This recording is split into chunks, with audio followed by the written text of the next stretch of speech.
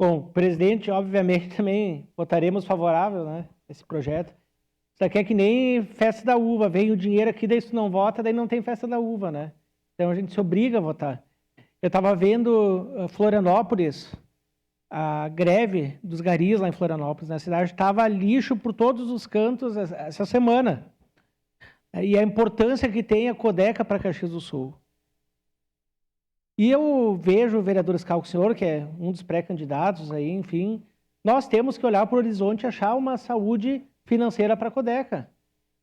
Porque quando a gente destina 30 milhões para a companhia, a gente deixa de investir na saúde, a gente deixa de comprar mais vaga em creche, a gente deixa de asfaltar ruas. Porque nós não podemos ficar sem serviço essencial, que é para a vida das pessoas, o recolhimento dos resíduos. Então, com certeza, né, a bancada do PDT votará favorável por esse entendimento e a importância que a Codeca tem. Agora, sabe o que me preocupa, vereador Renato? Se o Frei Jaime não existir mais em Caxias, quem que vai assumir os projetos dele? E a outra coisa, o Lima. Se não tiver mais o Lima na Codeca, quem que vai ser da cidade? Porque, olha, eu quero fazer esse meu voto aqui, votação em nome do Lima.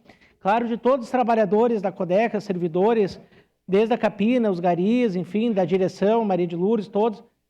Mas o Lima é um cara fantástico, né? A gente liga para ele qualquer hora da noite, do dia, final de semana, feriado, faça chuva, faça sol. É um cara solícito e ele é um exemplo que um CC trabalha, né?